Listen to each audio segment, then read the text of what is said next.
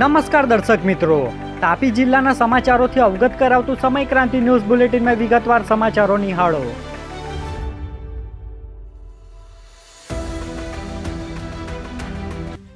સોંગઢના ચાપાવાડી ગામની સીમમાં મોપેડ અને પિકઅપ વચ્ચે અકસ્માત સર્જાયો. સોંગઢ તાલુકાના ચાપાવાડી ગામની સીમમાંથી પસાર થતા રસ્તા પર મસમોટા ખાડાને બચાવવા જતા મોપેડ ચાલક સામેથી આવતી પિકઅપ ગાડી સાથે ટક્કર મારી દેતા અકસ્માત સર્જાયો હતો, જેમાં મોપેડ સવાર 2 લોકોને ઈજાઓ પહોંચી હતી, જેને નજીકના દવાખાને સારવાર અર્થે ખસેડવામાં આવ્યા હતા. અત્રે ઉલ્લેખનીય છે કે રસ્તા પર પડેલા મસમોટા ખાડાને લઈ અકસ્માત સર્જાતા રહે છે, ત્યારે જવાબદાર તંત્ર આવા ખાડાને સત્વરે રિપેર કરે તેવી માંગ વાહન ચાલકો કરી રહ્યા છે. વ્યારાના ચીચબરડી ગામના જાગૃત નાગરિકે આવાસ યોજનામાં થયેલા ભ્રષ્ટાચાર બાબતે જિલ્લા વિકાસ અધિકારીને આવેદનપત્ર આપી રજૂઆત કરી. વ્યારા તાલુકાના રાણીયાબા જૂથ ગ્રામ પંચાયતના ચીચબરડી ગામના આગેવાન શિવાજીભાઈ કોટવાડિયાએ જિલ્લા વિકાસ અધિકારીને આવેદનપત્ર આપી રજૂઆત કરી છે, જેમાં ખોટી રીતે આવાસ યોજનાનો લાભ મેળવી સહિત અલગ અલગ 4 મુદ્દાને આવરી લઈ રજૂઆત કરાઈ છે, જે બાબતે આગેવાન દ્વારા મીડિયાને માહિતી આપી હતી. મારું નામ શિવાજીભાઈ ઠાકોરભાઈ કોટવાડિયા, મેં ગામ ચીચબરડીમાં રહું છું. મારો હજુ કંઈ આવાસ આવ્યું નથી ને નોકરી કરતા છે એવા લોકોને મળે છે, એટલે મેં આવેદનપત્ર જિલ્લા અધિકારીને આપેલું છે. શું માંગ છે આવાસનું? વ્યારા નગરપાલિકા દ્વારા જાહેરમાં કચરો નાખતા વેપારી અને દુકાનદારો સામે કાર્યવાહી હાથ ધરી. વ્યારા નગરપાલિકાના આરોગ્ય વિભાગ દ્વારા શહેરના મેઇન બજાર વિસ્તારમાં સ્વચ્છતા અંતર્ગત દુકાનદારો અને વેપારીઓ સામે કાર્યવાહી હાથ ધરી છે, જેમાં કેટલાક દુકાનદારો દ્વારા જાહેરમાં કચરો ફેંકવામાં આવતા દુકાનદારોને સ્થળ પર જ દંડ આપી સ્વચ્છતા અંગે જરૂરી સૂચનો કર્યા હતા, જેમાં આરોગ્ય વિભાગના અધિકારી અને કર્મચારીઓ હાજર રહ્યા હતા. તાપી જિલ્લા કોંગ્રેસ સમિતિના પ્રમુખની હાજરીમાં વાલોડ તાલુકાના મામલતદારને આવેદનપત્ર આપી રજૂઆત કરવામાં આવી.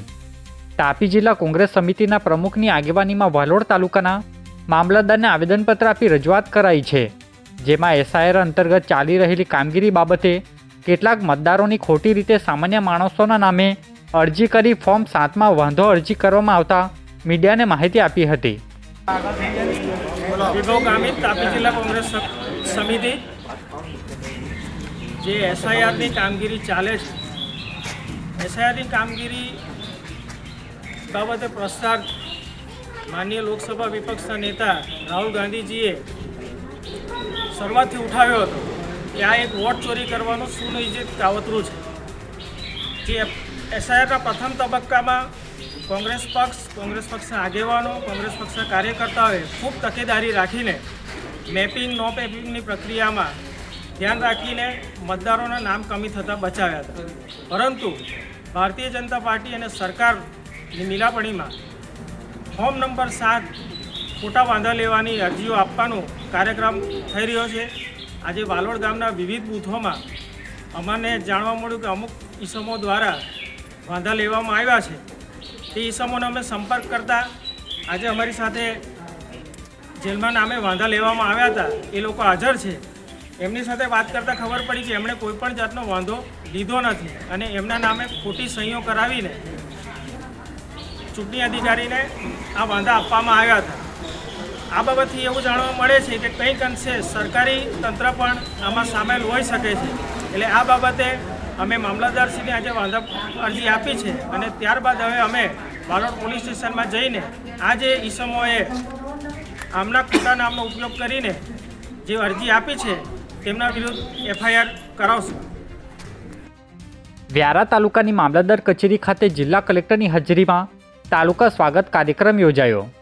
વ્યારા તાલુકા મામલતદાર કચેરી ખાતે તાલુકા સ્વાગત કાર્યક્રમમાં જિલ્લા કલેક્ટર ડૉક્ટર વિપિન ગર્ગની હાજરીમાં યોજાયો હતો, જેમાં અરજદારોના વિવિધ પ્રશ્નો સાંભળી તમામનો હકારાત્મક નિકાલ કરવામાં આવ્યો હતો, તેમજ તાલુકા કક્ષાએથી જ લોક પ્રશ્નોનો ઝડપીથી નિકાલ કરવા સંબંધિત અધિકારીઓને સૂચનો આપવામાં આવ્યા હતા, જેમાં મામલતદાર સહિતના અધિકારીઓ હાજર રહ્યા હતા. તાપી એલસીબી પોલીસે સોંગઢના ઓટા 4 રસ્તા નજીકથી દારૂના ગુનામાં સંડોવાયેલા વોન્ટેડ આરોપીને ઝડપી લેવામાં આવ્યો.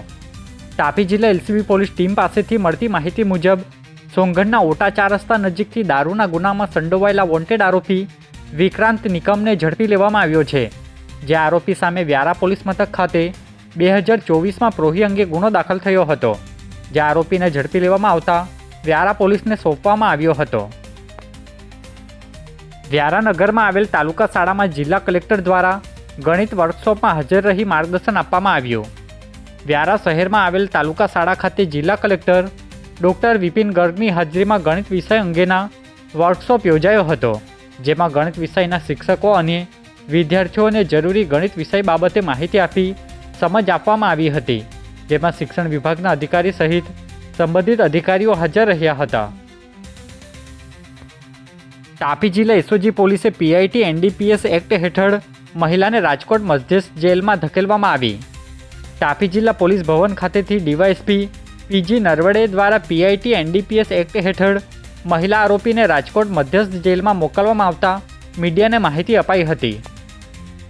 अनुसंधाने एसओजी पीआई केजी लिंबाचिया तथा police sub inspector NP Garasiya तथा police sub inspector DR Prajapati नाओए पुलिस स्टाफ સાથે મળી આ કામે તારીખ 12/6/2025 ના રોજ વ્યારા પોસ્ટે 11/64/2025 તથા તારીખ 1/12/2025 ના રોજ વ્યારા પોસ્ટે 24/34/2025 મુજબ એનડીપીએસ એક્ટની કલમ 8C 20B 29 મુજબના જુદા જુદા 2 ગુના આ કામે આરોપી મહિલા ચંદાબેન તે સુકલાલ ઠમાજી જાદવની વિધવા ઉંમર વર્ષ 64 રહેવાસી મખદુમનગર વ્યારા જિલ્લો તાપી નાઓ વિરુદ્ધમાં દાખલ કરેલ સદર બંને ગુનાના કામે આ આરોપી મહિલા ચંદાબેનની ધરપકડ કરવામાં આવેલ અને ત્યારબાદ આ ચંદાબેનને નામદાર કોર્ટમાંથી જામીન મળેલ હતા,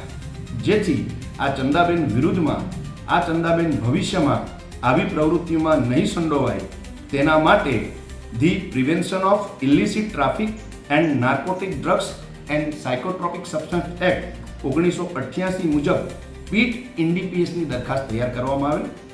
આ દરખાસ્ત પોલીસ અધિક્ષક શ્રી તાપી વ્યારા નાઓ મારફત પોલીસ મહાનિદેશક શ્રી સીઆઈડી ક્રાઇમ અને રેલવેઝ નાઓને મોકલવામાં આવેલ, જે દરખાસ્ત તેઓ તરફથી મંજૂર થઈને આવતા આ આરોપી મહિલા ચંદાબેન તે શુક્લાલ ઠમાજી જાદવની વિધવાને પકડી તારીખ 19/1/2026 ના રોજ અટકાયત કરી મધ્યસ્થ જેલ રાજકોટ ખાતે મોકલી આપવામાં આવેલ છે.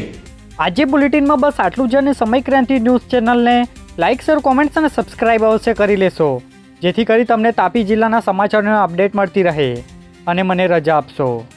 આભાર. જય હિન્દ, જય ભારત.